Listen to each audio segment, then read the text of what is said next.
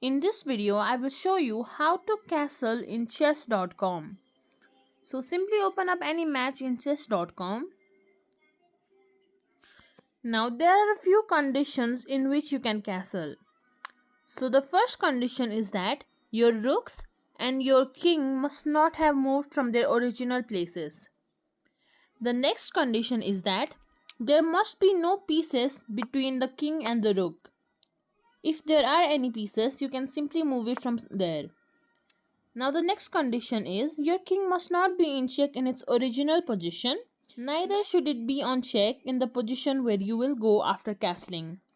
Once all of these conditions are met, what you can do is simply tap and hold on to your king, then drag it to the place where rook is and it will castle. Now I will demonstrate on the other side. Hold on to the king, go to the place where the rook is and it will castle. And that's it. If you think this video was helpful, please like, share, subscribe to our channel and thank you for watching.